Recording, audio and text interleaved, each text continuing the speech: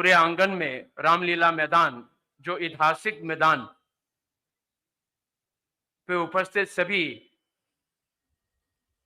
पूरे भारतवर्ष से यहाँ आए हुए इस सम्मेलन को सुनने के लिए और सफलता बनाने के लिए मैं आप सबको अपने व्यक्तिगत की ओर से और विशेषकर बौद्ध धर्म के अनुयायी होने के नाते और परम पूज्य दलाई लामा जी का अनुयायी होने के नाते सर्वप्रथम मैं आप सबको अपनी भाषा में ताशी दिलेक, नमस्कार, प्रणाम, अस्सलाम वालेकुम करना चाहूंगा।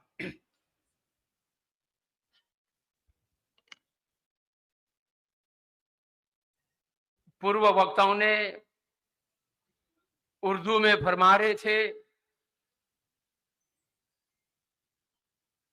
क्योंकि मुझे पूरे तो समझ में नहीं आ रहा था, लेकिन उर्दू का लफ्ज जो है वो बहुत ही सुंदर है, ये मैं समझता हूं। भले मैं परम पूज्य दलाई लामा जी के सरकार के निवासित सरकार के उप सभापति रहा हूं, परंतु मेरा जन्म लद्दाख के एक सीमांत हुआ है और यहां पे पूरा पढ़ाई का अध्ययन मुझे मौका मिला। मेरे अपने पूरे जीवन बौद्ध धर्म का एक भिक्षु होने के नाते और परम पूज्य दलाई लामा जी का अनुयायी होने के नाते बौद्ध धर्म, बौद्ध दर्शन, बौद्ध संस्कृति और विशेषकर अपने संघर्ष के लिए, आप सब जानते हैं, मैंने अपने संदेश में भी भेजा था कि जहां संकट है वहां पर हम सबको सहयोग और समर्थन करना चाहिए। तथागत बुद्ध का उपदेश, जैसे पूर्व वक्ताओं ने जो फरमाया, वही है। तथागत बुद्ध का उपदेश संपूर्ण मानव के लिए, मानव कल्याण के लिए तथागत बुद्ध ने अपना 3 पीठक में रचाया गया है। और वही आज 2568-70 वर्ष हो रहा है, तब से लेकर आज बौद्ध धर्म, बौद्ध संस्कृति, बौद्ध दर्शन पूरे विश्व में आज भी प्रचलित है और संरक्षित है, और वो भी शांतिपूर्वक।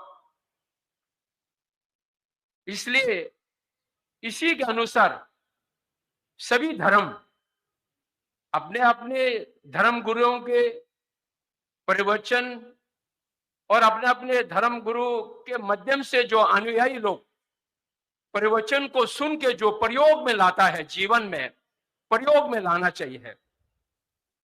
जब आप धर्म को, ग्रंथ को पढ़ने के बाद अपने जीवन के पद्धति में प्रयोग में नहीं लाएंगे तो फिर सुनने के केवल सीमित तक रह जाएंगे। इसलिए जैसे आप अपने धर्म में आला और कुरान को जैसे आप मानते हैं, तो उसके अनुसार आप अपने जीवन के पद्धति में लाना चाहिए। It should be to implement and to practise is in your life, so then your religion, your dharma will be more or less to protect and to promote. Tathagata Buddha के उपदेश में शांति, करुणा, मया, लोक कल्याण, पैशन, सबसे उच्चतम जो है, हमको पैशंस होना चाहिए, टॉलरेंस होना चाहिए।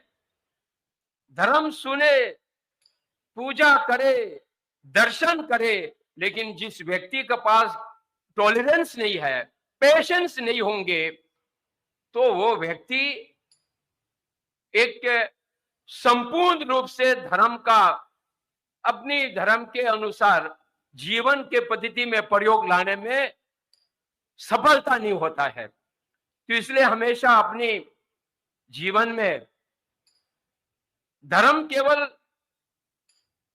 एक फेस्टिवल नहीं है, धर्म एक उत्सव तक नहीं है। धर्म जो है सुबह से शाम तक, सोने तक अपने जीवन के प्रयोग में लाना चाहिए। जैसे परम पूज्य दलाई लामा जी ने 4 बिंदुओं पर आपके सभी धर्म गुरु जी ने तो दर्शन भी हुआ है, सुने भी है परम पूज्य दलाई लामा जी के माध्यम से। आज वही उद्देश्य जो है आपके संस्थाओं की ओर से आयोजन कर रहा है। मैं आप सब जो आयोजकों को धन्यवाद करना चाहूंगा।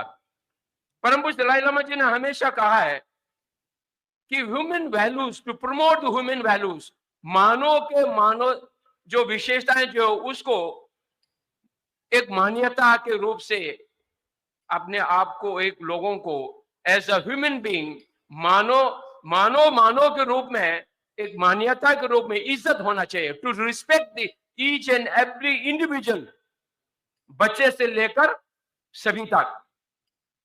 दूसरा, परम पूज्य दलाई लामा जी ने यह कहा है कि इंटर रिलीजियस हार्मोनी, सभी धर्म के लोग मिलकर विश्व में या दुनिया में एक शांति वार्तालाप करना चाहिए।